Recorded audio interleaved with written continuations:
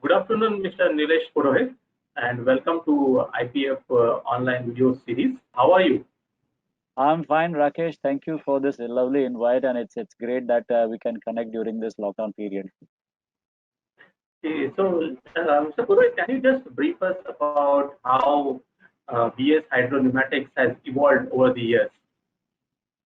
The BS Hydro had a humble beginning in 1980s, where we started by manufacturing pneumatic bits, and since then we have come a long way. We are now an ISO 9000 certified SME, and we are providing not just a product but solution to a lot of fluid connection applications. Over the years, we have focused on our manufacturing facilities, application based products, and we have evolved not just as a supplier but as a resource to our customer. So we just don't look at ourselves as just sell a product or solution, but our customers who are from various industry segment and application, when it's very critical, they really look upon us to give them some solution. So we are acting as a resource to them, not just a supplier. So we've come a long way, I say. What is the status of fluid power at the pneumatics market in India, and what changes are you witnessing? See, you might know that after electric power, the next sort motive power is pneumatics and hydraulics only. In any industry, any automation, the next source of power is through pneumatics or hydraulics. So, post liberalization, there are so many multinational companies and even collaboration that have happened that have really opened up this fluid power application and the market in India, you can say. And new applications are coming in, so I really say that it's really good. The market is opening up and there is a lot of scope, and the new change, like you may have heard about IoTs and industry 4. So that gives a lot of scope, especially the product which most of the robotics, most of the automation product, they use a lot of pneumatics and hydraulics. So I see in the days to come, this one will be again more and more evolving. As such, it's a second best motive power after electrical. You need hydraulics and you need pneumatics. I don't think that there will be any industry which does not use any sort of fluid power in their application. There will be always. So, and with this, it is constantly evolving. So it's really the future is good, I may say. Yeah. With respect to your walls products, so what kind of product walls you manufacture, and who are your main customers? See, in terms of product lineup, we offer quick release coupling, camlock coupling, hose products, and hose end fittings. And they find application with various fluids. See, when we say fluid, it means all: oil, water, gas, powder, semi-solids, everything. So we supply as a particular solution to handle this all fluids, which is always in a critical application. Somewhere it can be like a nuclear power where they are using heavy water, or somewhere steam, or even in pharma company where they will be using a lot of hazardous solvents, liquid ammonia for say in a petrochemical and fertilizer plant. So our product goes into all this application as handling the fluids of various kind and type. And what about your walls product? Walls? Yes, walls also. See, entire product lineup is such that when you want to convey any fluid product, so somewhere to stop you may use a valve. Somewhere you need fitting. Somewhere you need the quick coupling for connect and disconnect. Like for example, there are companies who do lot of solvent unloading. They call bunkering. So the tanker comes and they have to unload the tanker in the underground tanks.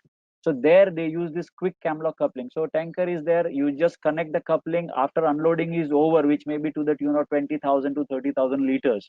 So it has to be very quick in the less amount of time. And such application is now, you can say, kind of hazardous. So they want a very quick connection and to increase their efficiency of the operation as such. So valves are also used, camlock coupling is also used, hose fitting is also used, and they need a company who can give a complete solution to this. Otherwise, valve is from different one, coupling is from different one, it becomes a lot of problem for them. So, as a complete solution provider, you offer a whole lot of solutions to your customers. Is that right? What you're saying? Yes, absolutely. We have to understand every application. So again, if I may say and give you example, let's say if customer says we have a application about air.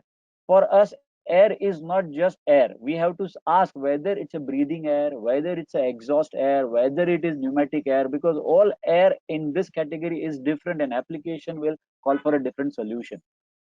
So it's not just a air as in air solution. We have to ask whether it's a breathing air or whether it's a pneumatic or exhaust air or something like that.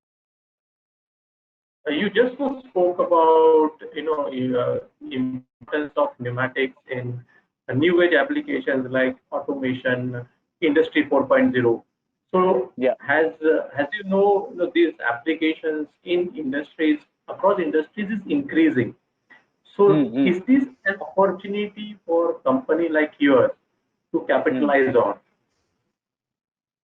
Yes, absolutely. Because see, in the days to come, and as we now know this particular challenging situation that with COVID, the labor or the social distancing will call for less labor, which means you definitely have to either incorporate some low cost automation or automation. So most of these automation, they definitely use pneumatic and hydraulics as a product. And again, with the evolving of Industry 4 or IoTs, there will be good scope for this type of products. So are you working on any new products? Have you launched that in recent time? Are you planning to launch some new products in coming days or months? See, quite frankly, when we analyze the application, for us, every application is unique. So for us, it is constantly evolving. Like how I told you earlier, that if someone says we have a breathing air application, so it is different than an exhaust air. So we have to look at the parameter. So for it's constantly evolving, we will definitely in the days to come incorporate especially these IoTs. Right now we are not have developed any particular product on that, but we are sure that it is going to come, because ours is more of application based. So moment the things come from our end user that look, we are looking for such thing, definitely we'll be incorporating such things in our product. So now we are more than 45 days in this lockdown period. Hmm. So what are the challenges SMEs like you are facing?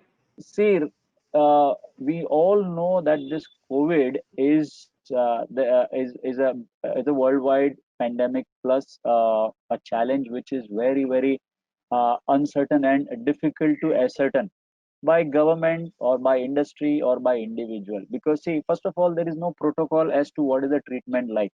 So we can only take precautions what is generally been given by them, that okay, use sanitizer or social distancing, but per se as a treatment there is no lineup.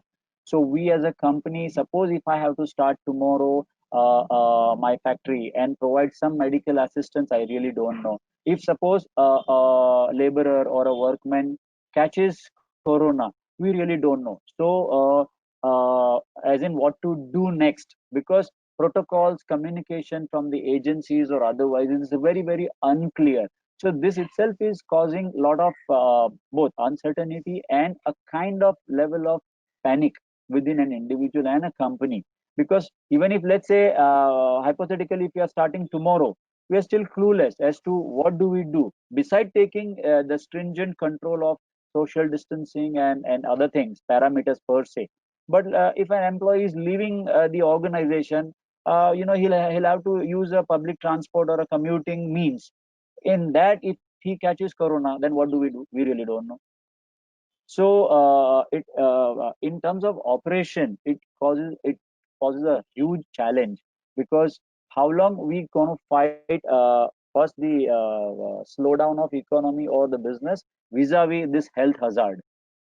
So it's a huge challenge. We all have to, and the times to come will probably we'll have to figure it out because till the vaccination is so-called invented, it is very, very challenging and very, very difficult. So, what are your expectations from government during this crisis time? See, quite frankly, we were always waiting for some announcement. Like, if I'm allowed to comment, see, there were more than 4,000 notification over these 40 days, but there was not a single solid package which was given for SME. You know, so in terms of taking care of their staff or giving various instructions and things, that they have made it very clear. But what about the loss of or the financial pressures that SME will go through? How about the let's say rentals or the money that is going to come for paying various salaries and things like that? We really don't know. And government also, see, if they have given an extension to paying off the taxes, but there is no relaxation as such. Whereas this 2 months almost is with zero production. So we are expecting that government look at the situation in a way as to solve the issue and really consider the ground realities, which is a workable solution. Not because, see, for example, they have said you pay salaries. How long? We don't know, because lockdown has only extended. First it was one date, second date, third date, are close to almost 2 months. So for how long I'm going to pay? And back end, the government itself is also unclear. So communication is neither very clear nor very supportive. So that's where we expect that, okay, at least during this times, various across India, we can see various association in like Ludhiana and everywhere, they are protesting. See, this is not a time to protest, we understand. This is a time to protect. So instead of protest, let us protect each other, because we have to find a equation between health and economy. We cannot overrule either of the thing. Right now, people will starve. So how long you are going to continue lockdown? It's not the solution. They have to find a comprehensive means where both the things remain. As in, economy engine should also start, and health should also be protected. So it's the expert at the government. They should have all the respective resource. I think military is one of them, paramilitary. See, in a city like Mumbai, I think by now they should have support of military too. Because if let's say if they want to open or they want to release the lockdown in a weeks to come, we will definitely need support from military and things like that, so that social distancing during commuting and otherwise general discipline all across the street is maintained. So finally, this COVID has forced lots of rethinking, recalibration on the growth for the companies, because it was not on the horizon when we started 2020. Yes. So has that also forced your company to rethink on the growth plans for 2020? Absolutely. See, I think this is a first time in the century that situation like this. It's a world over. We are not having lockdown just in India or Mumbai per se. It's a lockdown all over the world.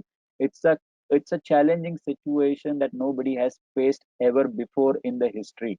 So definitely, it is going to create a big dent. In my opinion, the economy or the business will take somewhere between 18 to 24 months to come onto the regular routine base. Because again, if we say the industries like travel, tourism, and airlines, it may take a longer. They may face the manpower or job cuts and things like that. So that is also going to take a big dent on the overall economy as such. So growth plans, I think we'll have to recalibrate.